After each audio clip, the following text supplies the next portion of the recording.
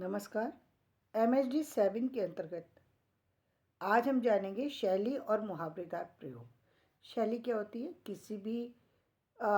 जब हम किसी भी कहानी, कविता, कोई उपन्यास, तो हम जितनी भी तरह की कोई चीज़ अभिव्यक्त करते हैं, चाहे वो सामान्य रूप से हो या असामान्य रूप से हो, यानी किसी खास चीज़ के लिए लिखा गया कोई चीज़ हो, या कोई बोलने वाली चीज़ हो, या कोई वक्तव्य हो, उसमें अलग अलग तरह की शैली का प्रयोग किया जाता है। अलग अलग तरीके से बात को रखा जाता है, अलग अलग तरीके से बात को व्यक्त किया जाता है। वो व्यक्त करना ही उसको शैली कहते हैं। किसी बात को व्यक्त करना, उसे शैली कहेंगे। अब कोई कहीं कहीं हम शैली बहुत तरह की होती है, जिसके बारे में आप सभी जानते हैं। तो शैली में, अनुवाद में जो शैली का प्रयोग होता है, उसमें जो है कई बार कई तरह की कठिनाइयाँ आती हैं। तो वो कठिनाइयाँ क्या हैं? जैसे लक्ष्य भाषा में स्रोत भाषा के समतुल्य शैली का उपलब्ध ना होना। अब कई बार ऐसा होता है कि लक्ष्य भाषा में जो उसका अर्थ निकल कर के आ रहा है, जो स्रोत भाषा से में जो लिखा गया है, उसको लक्ष्य भाषा में जब बदला, तो लक्ष्य भाषा में जो उसका चीज़ निकल के आ रही है, उसमें कुछ जो चीज़ें हैं, वो उनमें प्रॉब्लम आ जाती है। जैसे इंग्लिश में आपने देखा है, यू जो है वो तुम के लिए भी प्रयोग होता है और आपके लिए भी प्रयोग होता है, लेकिन हिंदी में हम तुम और आप दोनों अलग अलग प्रयोग करते हैं। तो इसी तरीके से और बहुत सी छोटी छोटी सी चीज़ें हैं, जो जिसके प्रयोग के कारण से हमें जो है समतुल्य चीज़ें हैं, जिसके कारण से हमें लक्ष्य भाषा में कठिनाई पैदा होती है। शैलीगत बहुभाषिकता, कई बार बहुभाषिकता जो है वो अलग अलग तरह की प्रॉब्लम क्रिएट करती है। जैसे मुद्रा राक्षस एक जो है संस्कृत का एक नाटक है, जिसमें भारतेंदु हरिश्चंद्र ने चाणक्य के मुख से एक बार कहलवाया है कि यह नंद का राज है। सॉरी, यह नंद का राज नहीं, चंद्रगुप्त का राज्य है। उन्होंने क्या कहा? ये नंद का राज्य नहीं, चंद्रगुप्त का राज्य है। स्वयं भारतेंदु ने टिप्पणी में यह स्पष्ट किया है कि नंद के प्रसंग में तुच्छता तुच्छता प्रकट करने के लिए राज्य का अपभ्रंश राज लिखा गया है। यानी उन्होंने ये दिखाने की कोशिश की है कि ये नंद का राज नहीं है जहाँ पर कुछ भी हो जाएगा। ये चंद्रगुप्त का राज्य है, जहाँ सारी चीज़ें सिस्टमेटिक है, जहाँ जहाँ सब काम सही ढंग से होता है। ये उन्होंने प्रस्तुत करने की कोशिश की। तो इस तरीके के जब प्रयोग आते हैं, वहाँ पर जो है जब हम लक्ष्य भाषा का प्रयोग करते हैं, वहाँ पर जब हम शैलीगत बहुभाषिकता को प्रयोग में लाने की कोशिश करते हैं, तो वहाँ हमें कई बार जो शब्द उपयुक्त शब्द हमें मिल नहीं पाते। शैलीगत शब्द, यानी शैलीगत शब्द क्या है कि यदि हम नाटक दिखाना चाह रहे हैं, तो नाटक की शैली है ना, तो हमें नाटक में लिखना पड़ेगा। नाटक में शैली जो है वो कैसी होती है? जहाँ पर जहाँ पर संवाद चलते हैं, जहाँ एक व्यक्ति बोलता है, दूसरा आंसर दे रहा है, इस तरह की शैली में बात को व्यक्त करना है, तो वो कई बार हमको नहीं मिल पाती है। तो वहाँ पर हमें कठिनाई आती है। लोकोक्तियों तथा मुहावरे में भी कई बार कठिनाई आ जाती है। जहाँ पर हम शैली की बात करते हैं, वहाँ हमें इसमें भी लोकोक्तियाँ मुहावरे में भी आ जाती है। जैसे उदाहरण दिया है उन्हें, गंगा गए गंगादास, जमुना गए जमुनादास। अब इसमें उन्होंने क्या कहा कि जहाँ गए वहाँ के होके रह गए।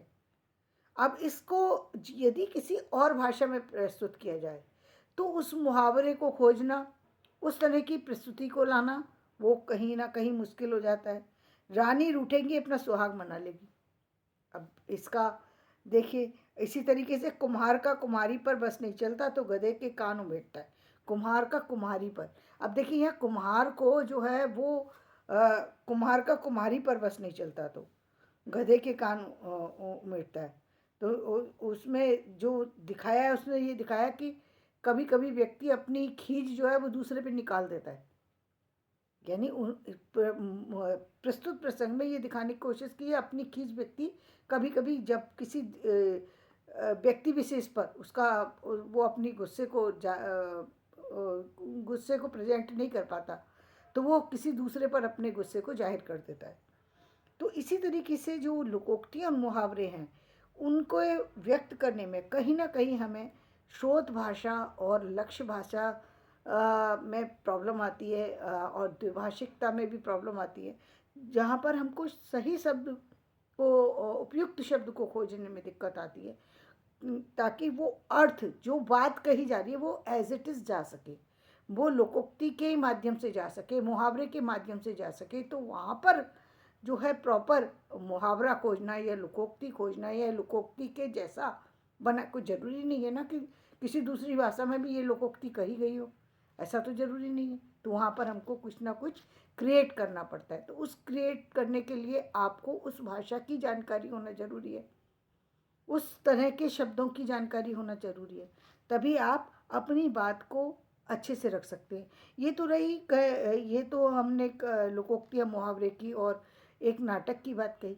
इसके अलावा काव्य की शैली, काव्य हो या कहानियाँ हो या निबंध हों या बहुत सारी ऐसी चीज़ें हैं जहाँ पर हम जब किसी चीज़ का अनुवाद करने बैठते हैं, वहाँ पर हमें कठिनाई आती है। अब देखिए, जैसे इंग्लिश का यदि ट्रांसलेशन इंग्लिश का हिंदी में ट्रांसलेशन करने की बात है, तो आप कहानी का सारांश रूप में या अपनी तरह से कर लेंगे, लेकिन कुछ चीज़ है ज़रूर ऐसी, जैसे अब ये बताए, यहाँ पर आपको नहीं मिल पाएगा।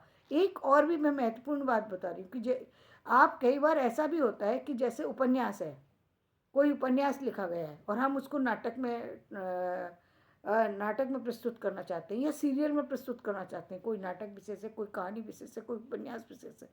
तो ये आजकल बहुत चल रहा है, ये बहुत ज़्यादा चल रहा है। अब देखिए, अब अभी भोजपुरी इंडस्ट्री जो है नई स्टार्ट हुई है। अब भोजपुरी इंडस्ट्री के में कोई साहित्य तो इतना ज़्यादा लिखा हुआ है नहीं, तो वो कहीं ना कहीं से लेंगे। अब ये बात अलग है कि वो किसी जगह का साहित्य को लेकर अपना भी कह सकते हैं, और ये भी हो सकता है कि उस साहित्य के नाम पर ही उसको ट्रांसलेट करके उसको प्रस्तुत किया जाए। तो कई बार, क्योंकि बहुत अच्छी चीज़ें तो सब जगह मिल सकती है ना आपको, जैसे बहुत सारी सी साउथ की फिल्में जो है वो हिंदी में डब की गई, जो हिंदी की फिल्में हैं वो साउथ में डब की गई, तो वो डब कैसे की जाती हैं, वहाँ ट्रांसलेशन किया जाता है। तो अनुवाद का क्षेत्र बहुत विस्तृत है। एक्चुअली इस बारे में लोगों को बहुत जानकारी नहीं है, इसके लिए बहुत जानकारी नहीं है, जो होना बहुत ज़रूरी है। छात्र हमारे बहुत परेशान रहते हैं कि हमको जॉब नहीं मिल पा रहा, तो जॉब के लिए जो हमारे लिए जो मीडिया का मीडिया की लाइन हुई, इसमें बहुत जॉब आपको उपलब्ध हो जाएंगे। ये ट्रांसलेशन का फील्ड है इसमें, और इसमें सैलरी भी बहुत अच्छी है। सबसे बड़ी बात ये, ऐसा नहीं है कि सैलरी, क्योंकि बहुत बड़ी बड़ी पोस्ट पर आपकी पोस्टिंग हो सकती है।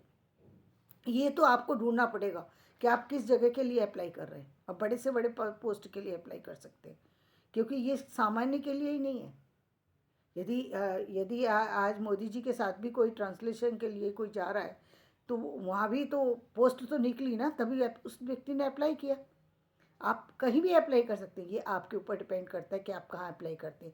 जिस तरीके से हम कॉलेज में कहीं भी कर सकते हैं, तो उस तरीके से आप कर सकते हैं, और अपने आप भी इसके क्षेत्र को अपने आप भी इस विस्तार दे सकते हैं, नई तरीके से इसको स्टार्ट कर सकते हैं। तो ये अनुवाद का मैंने आज आपको बताया। अब मेरा ये वीडियो पसंद आया हो तो इसे लाइक करें, शेयर करें और सब्सक्राइब करें। कल हम साहित्यिक अनुवाद की अन्य चीज़ों के बारे में बताएंगे। धन्यवाद।